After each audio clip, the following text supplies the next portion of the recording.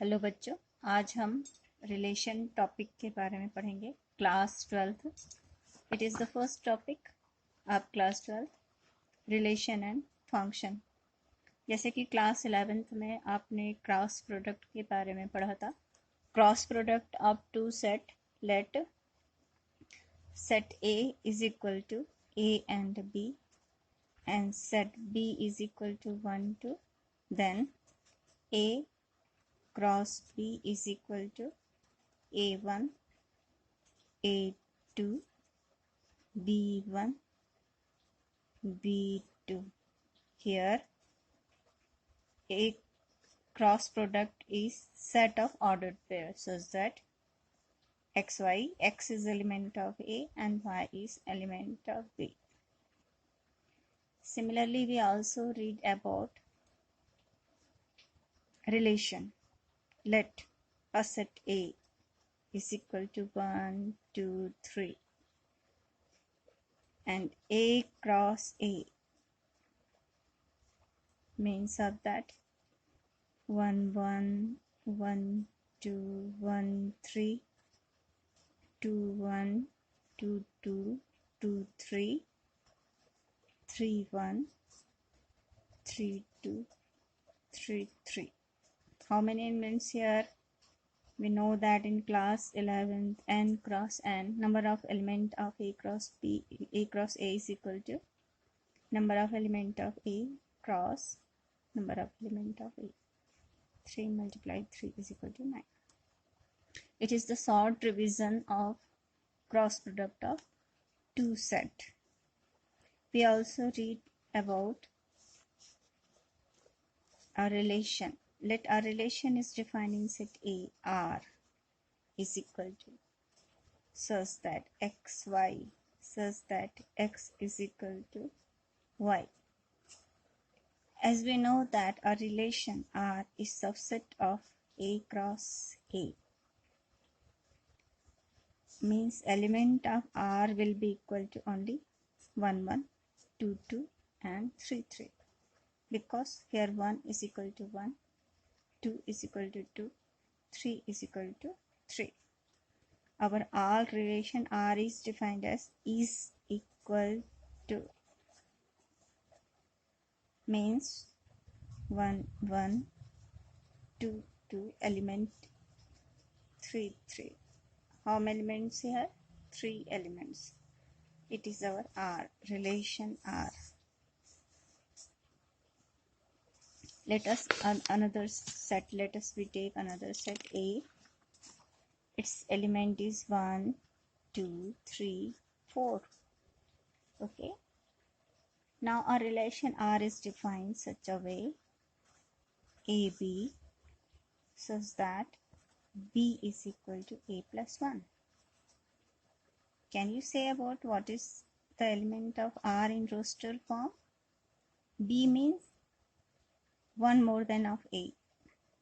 If we take A is equal to 1, then the value of B becomes 2. It means the first element of it is 1, 2. Second element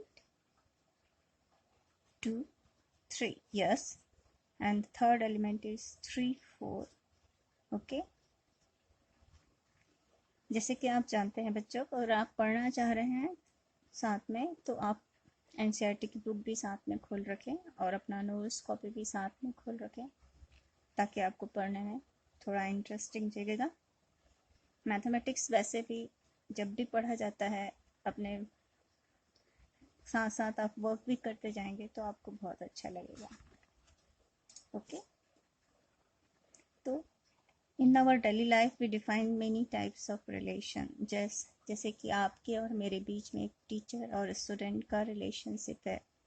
आपके family members में भी different relation आप सोचते होंगे, जैसे Ram is brother of Shyam, Ram is Sita, Ram is sister of Sita is sister of Ram. Different different relation को आप देखते होंगे। तो यदि हम एक सेट ए लें जिसमें हमारे सारे फैमिली मेम्बर्स के कैंडिडेट्स होंगे तो एक रिलेशन को हम ऐसे भी डिफाइन कर सकते हैं A B such that A is brother of B, means अगर कोई first A is brother of B, तो अब बी के बारे में क्या सोच सकते हैं? A is brother of B, Ram is brother of Shyam, Ram is brother of Shyam. यदि हम बोलें Ram is brother of Sita, मतलब ये जो फर्स्ट कैंडिडेट ए होना चाहिए वो एक मेल पर्सनालिटी होनी चाहिए, जबकि सेकंड कैंडिडेट मेल और फीमेल दोनों पर्सनालिटी हो सकती है। इस प्रकार हमें सब सोचना है इस संदर्भ में, एक रिलेशन के संदर्भ में। तो ये हमारा सब क्लास 11 से रिलेटेड कॉन्सेप्ट था जो कि हम पहले पढ़ चुके हैं, व्हाट इज़ द रिलेशन। यदि आप इस कॉन्सेप्ट को थोड़ा भूल चुके हैं तो आप क्लास 11 के सेकेंड चैप्टर के रिलेशन को और खोल के थोड़ा सा पहले पढ़िए, फिर हमारे साथ आइए। तो इस 12th क्लास में रिलेशन के इसी कॉन्सेप्ट को वो आगे एलोबरेट कर रहा है। इसमें सबसे फर्स्ट जो समझाता है वो टाइप्स ऑफ रिलेशन को समझाता है। जो भी हम रिलेशन डिफाइन कर रहे हैं एक सेट में, उसको हम डिफरेंट टाइप ऑफ रिलेशन को डिफाइन कर रहे हैं। वो रिलेशन के टाइप्स को पहले डिफाइन करने के लिए सबसे पहले मैं थोड़ा सा और आपको यहाँ पे समझा दूँ कि जो रिलेशन आर होता है, इस कॉन्सेप्ट को थोड़ा अच्छे से आप दिमाग में याद रखिएगा। रिलेशन आर जो होता है वो सबसेट ऑफ क्या होगा? In the given set A cross ए का सबसेट होगा। मीन्स जैसे कि हमने यहाँ पे ए को डिफाइन किया, वो 1 2 3 को कंटेंट कर रहा है। ए क्रॉस ए में 9 एलिमेंट्स हैं। जैसे हम यहाँ पे रिलेशन आर डिफाइन किए थे, X Y such that X is equal to Y, तो हमने रिलेशन में उन्हीं एलिमेंट्स को इंक्लूड किया था जो इस रिलेशन से क्या कर रहे थे, एक दूसरे को रिलेट कर रहे थे। जैसे यहाँ पे पढ़ेंगे हम, जैसे ए आर ए मीन्स क्या होता है? ए, फिर जो रिलेशनशिप होती है उसे बोलना हमें। जैसे यहाँ पे 1 1 means this is R our, 1 is equal to 1, 2 is equal to 2, 3 is equal to 3। And here जैसे हम सेकेंड जो एग्जाम्पल हमने लिया था, यहाँ पे अगर हम देखें तो b is equal to a plus 1, तो here भी the 2 is equal to 1 plus 1, this is the value of the a, this is the value of b, and 3 will be equal to 2 plus 1, this is the value of a and this is the value of b, and this both are a and b is belongs to set a, क्योंकि because हमने relation r जो define किया है वो subset a cross a है। वो relation जो हमने डिफाइन किया है वो सेट a में डिफाइन किया है। तो हमारा जो क्लास 12 है उसमें हम आगे बढ़ते हैं। यदि तो इसमें सबसे फर्स्ट कॉन्सेप्ट उसने समझाया है कि what is the relation, and then after उसने आगे बढ़ा दिया। तो इसके पहले हम थोड़ा सा पहले डेफिनेशन पढ़ने के पहले हम पहले थोड़ा सा एक क्वेश्चन को पे जाते हैं, जिससे आपको बहुत आसानी से इन सारी बातों को समझ में आ जाएगा। लेट कर लीजिए हम एक सेट लेते हैं, set L. Set L means set of lines, okay, set of line. Let कर लीजिए आर रिलेशन इसमें डिफाइन कर रहे हैं इस पैरेलल टू,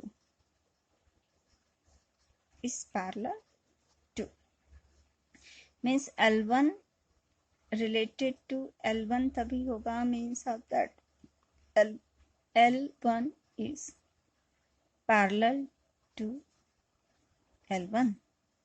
जैसे आपके दिमाग में यदि एक छोटी सी बात पूछा, क्या ये डिफाइन थिंग्स लिख रहे हैं हम, L1 is parallel to L2, what is the definition of parallel? Parallel means of that the distance between the two lines is equal, always equal। एक लाइन का itself अगर डिस्टेंस निकाले जाए तो always equal है, ओके। तो it means that what means of that every line is parallel to itself। every मेरा यहाँ पे जो मैंने लैंग्वेज यूज किया कि every line is parallel to itself, यानी L1 related to L1 होगा कि नहीं, आपके दिमाग में पहले ये बताइए। L1 related to L1 होगा। तो इस जो रिलेशन यदि एक एलिमेंट खुद से अगर रिलेशन रखता है तो हम उसको कहते हैं reflexive relation. What is this? Reflexive relation.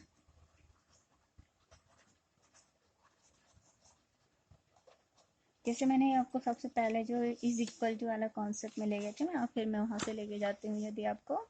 तो यदि सेट ए है उसमें 1 2 3 है, ओके, उसमें एक रिलेशन हमने डिफाइन किया था X Y, X is equal to Y. तो क्या आप बता सकते हैं A is equal to A, 1 is equal to 1, 2 is equal to 2, 3 is equal to 3. It means 1 का 1 से रिलेशनशिप आप बना पा रहे हैं कि नहीं? जैसे मैंने इस ब्रदर ऑफ एक रिलेशन आपको समझाया था, इस brother of A is brother of B, तो क्या A का A से रिलेशनशिप है? A is brother of A, क्या आपके दिमाग में ऐसा लगता है कि क्या A खुद का भाई होगा? नहीं, A is not brother of A, means यहाँ पे A का A से रिलेशनशिप डिफाइन नहीं है.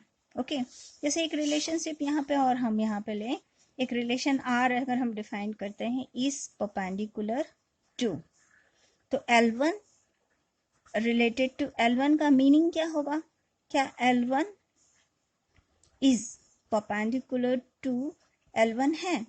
दो लाइन है, जैसे कि हम जानते हैं एज वी नो दैट दो लाइन के परपेंडिकुलर होने के लिए उनके बीच का जो एंगल होना चाहिए वो कितने डिग्री होना चाहिए? 90 डिग्री होना चाहिए. बट क्या L1 का खुद से एंगल 90 डिग्री है? No. It means that in this relation is perpendicular to में ये जो रिलेशन है हर एलिमेंट जो है खुद से रिलेटेड नहीं करता.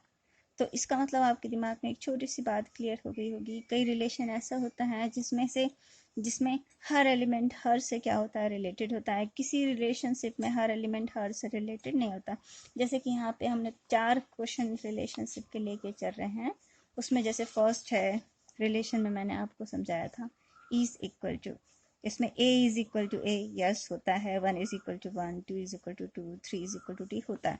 But in the is perpendicular to concept में L1 is not perpendicular to L1. But यदि हम इस पैरेलल टू के रिलेशनशिप कॉन्सेप्ट में जाएं तो L1 is perpendicular to L1 हाँ होता है, L1 is perpendicular to L1. एक और हमने जो यहाँ पे क्वेश्चन लेके चल रहे थे ये वाला जो रिलेशन यदि हम कर रहे थे तो इसका मतलब यदि अगर हम यहाँ पे इस रिलेशन में देखा जाए क्या A is related to A होगा? जैसे यहाँ पे मैं लिखती हूँ A रिलेटेड टू A होगा, means A is equal to A plus 1 होगा. क्या ये होगा? No, it is not implies that A is equal to A plus 1. Okay तो मीन्स इस रिलेशन में भी A का A से रिलेशनशिप नहीं है. तो एक छोटा सा कॉन्सेप्ट यदि सबसे पहले अगर हम पकड़े रिफ्लेक्सिव रिलेशनशिप के लिए रिलेशन का रिफ्लेक्सिव रिलेशन होगा कि नहीं होगा, यदि उसका खुद से ही उसका स्वयं से ही क्या होना चाहिए? रिलेशन होना चाहिए. तो वो रिलेशन कौन सा रिलेशन कहलाता है? रिफ्लेक्सिव रिलेशन कहता है. यदि हम एक मैथमेटिकल लैंग्वेज में देखें तो a relation is called reflexive relation if A element of क्या होना चाहिए? आर. सेट आर में ए और ए जो होना चाहिए एग्जिस्ट करना चाहिए, और ये for all A element of A के लिए एग्जिस्ट करना चाहिए. जैसे कि यदि हम सेटअप इसमें देखें जो फर्स्ट क्वेश्चन हमने लिया था यहाँ पे R is equal to X is equal to Y, तो यहाँ इस सेट आर में 1 1 2 2 3 3 यहाँ पे क्या कर रहा है? एग्जिस्ट कर रहा है. और all element of A means 1 2 3 सबके लिए होना चाहिए. 1 1 है यहाँ पे, यस है. 2 2 है यहाँ पे, है. 3 3 है यहाँ पे, है. इट मीन्स दैट ये रिलेशन जो है रिफ्लेक्सिव रिलेशन है. तो हम यहाँ पे टाइप ऑफ रिलेशन में देख रहे थे, तो सबसे फर्स्ट हमने जो देखा रिफ्लेक्सिव रिलेशनशिप को देखा. तो रिफ्लेक्सिव रिलेशनशिप के लिए हमारे कॉन्सेप्ट में हमारे जहन में एक छोटी सी बात आ गई. इफ ए रिलेटेड टू ए, यानी ए अगर देखो खुद से ही रिलेट करता हो, बीच में आर लैंग्वेज को हमें दिमाग में हमेशा बोलना बचे. A is equal to A, yes हर एलिमेंट खुद के इक्वल होता है. सिमिलरली लाइन वाले कॉन्सेप्ट में यदि हम देखे थे तो L1 इसको आर को बोलिए L1 is parallel to L1, yes L1 is parallel to L1. it means that our line every line is parallel to itself. यदि हम L को सेट ऑफ लाइंस लिए हैं तो R रिलेशन में हर L1 L2 L1 L1 L2 L2 सब include होगा.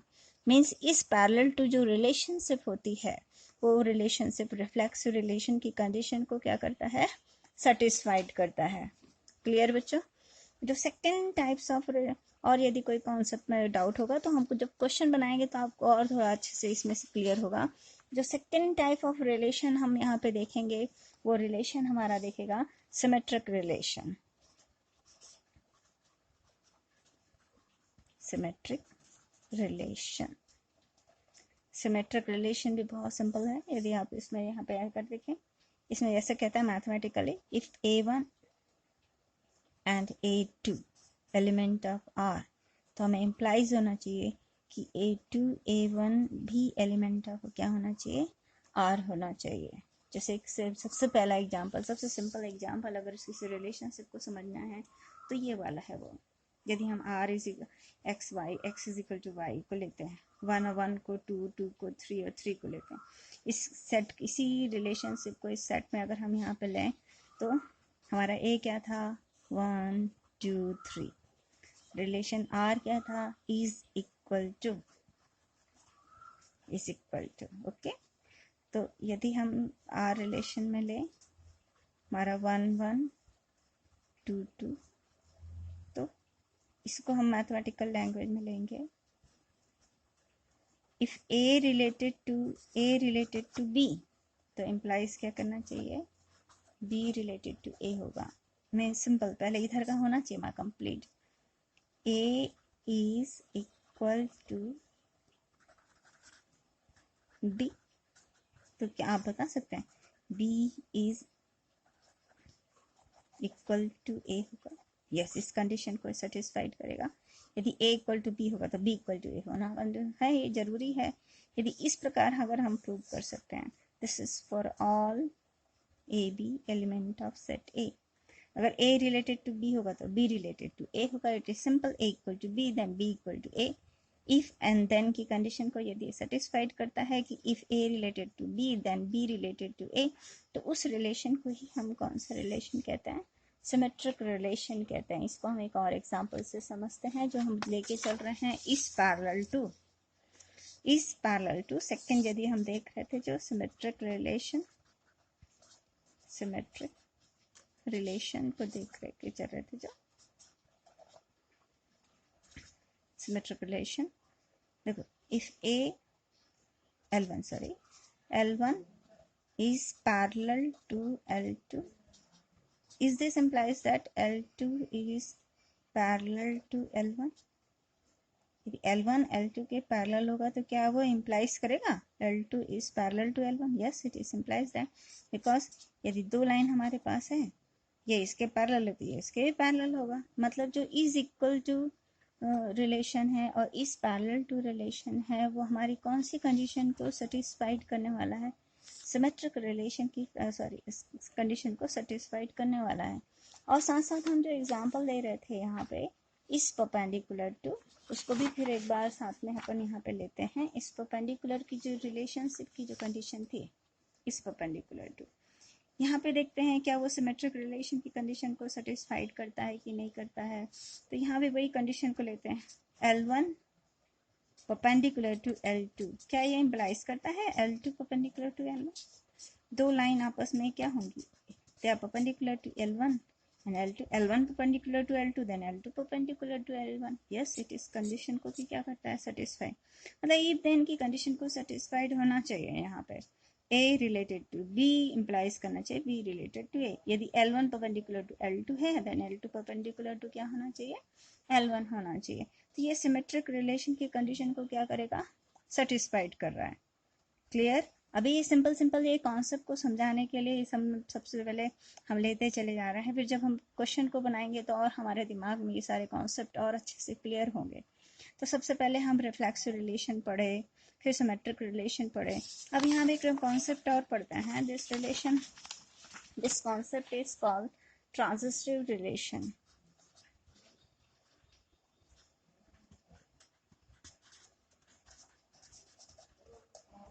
Transitive relation में क्या होता है देखते हैं। इसमें कहता है A B element of R हो, B C element of R हो, तो क्या इम्प्लाइज करना चाहिए, A C is element of क्या होना चाहिए, R. It means A related to B हो, बी रिलेटेड टू सी हो, तो ए रिलेटेड टू सी होना चाहिए। जैसे हम यहाँ पे सबसे पहले इसको देखें, इज ब्रदर ऑफ वाली कंडीशन को लेते हैं। इस ब्रदर ऑफ कंडीशन में यदि हम ले गए, जैसे यहाँ पे लिखे हैं, 3 एलिमेंट को लेना पड़ेगा आपको, Ram is brother of Shyam.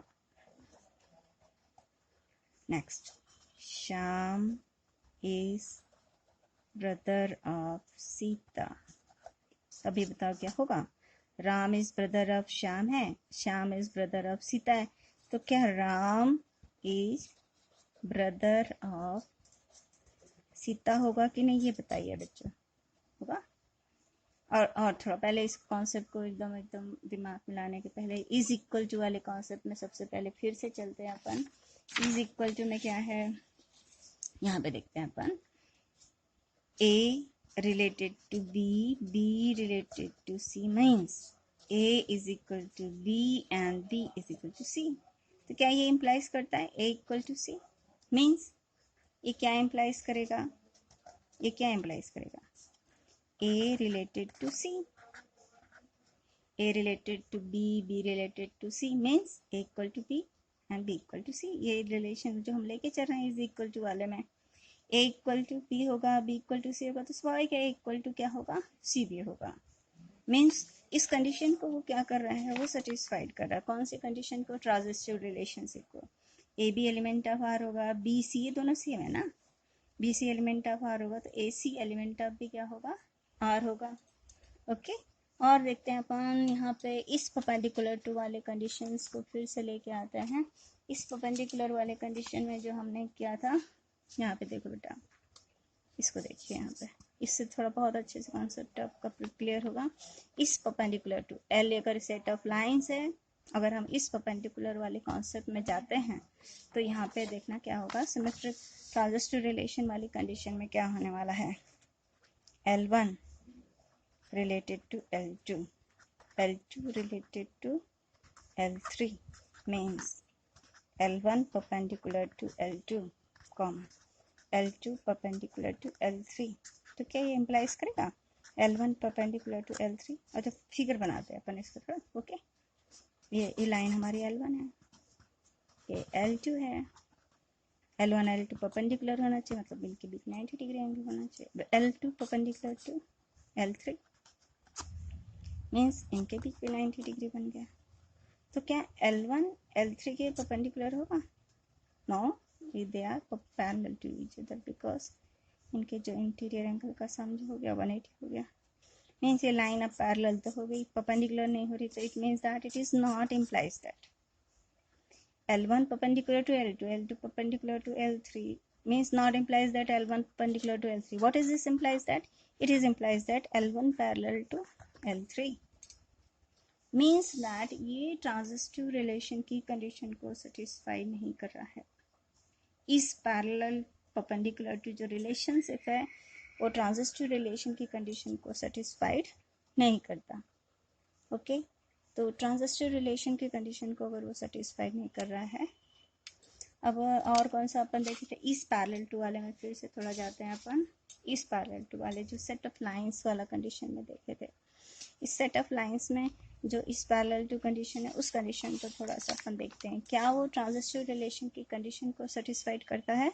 Yes और नो देखते हैं पहले। L1 पैरेलल टू L2, पहले यहाँ पे लिखते हैं L1 related to L2 comma L2 related to L3 implies क्या करना चाहिए? According to the transitive L1 related to L3 करना चाहिए।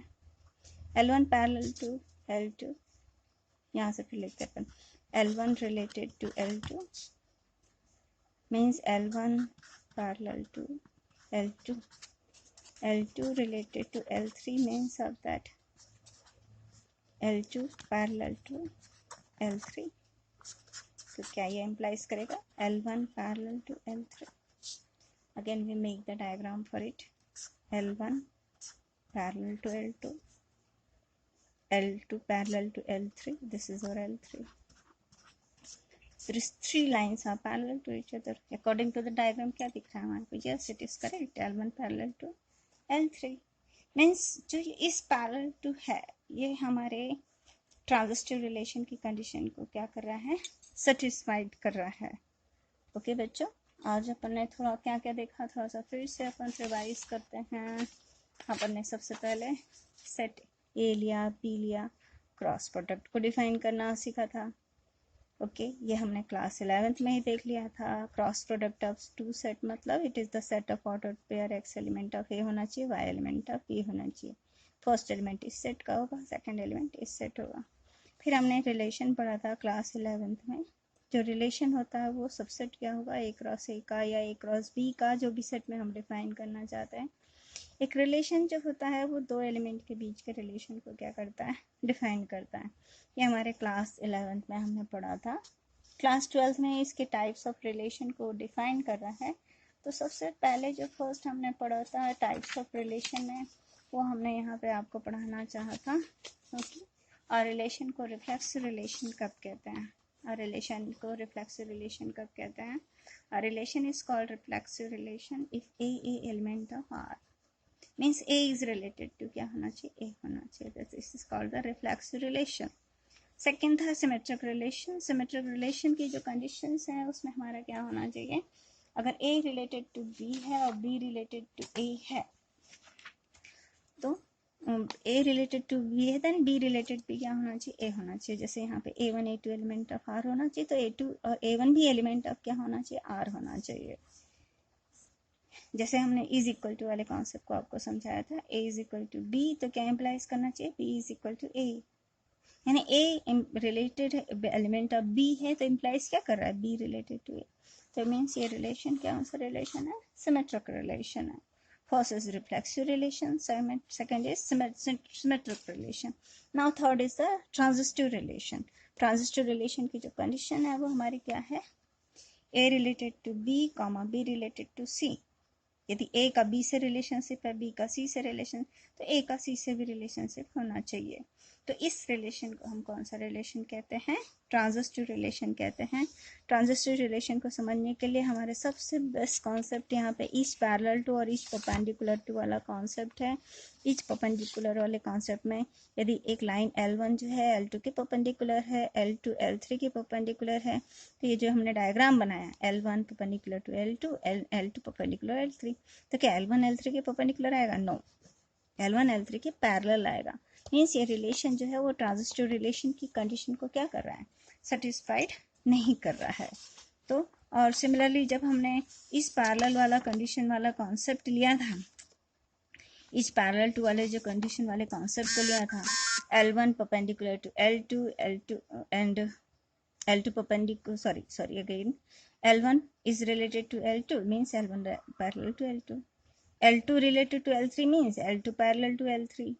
तो L1 और L2 जो लाइन है वो आपस में पैरेलल है, L2 is parallel to L3, सो स्वाभाविक है L1 L3 के क्या होगा, पैरेलल होगा। मीन्स इस पैरेलल टू जो रिलेशनशिप है वो ट्रांजिस्टिव रिलेशन की कंडीशन को क्या करता है, सेटिस्फाइड करता है। तो आज हमने इस छोटी सी बात को यहाँ पे से पढ़ा। जैसे ये हमारे क्लास 12 का टेक्स्ट बुक है, क्लास 12 की टेक्स्ट बुक में जो सेकंड पेज में, पेज नंबर 2, ये जो लिखा है definition number 2, R relation R is called reflexive if A element of R for our every A element of A. Symmetric के लिए कहा कि if A1 A2 element of R implies that A2 A1 element of R for all A1 A2 element of A। Third transitive relation के लिए कहा if A1 A2 element of R, A2 element of R implies that A1 A3 element of R for R A1 A3 element of A।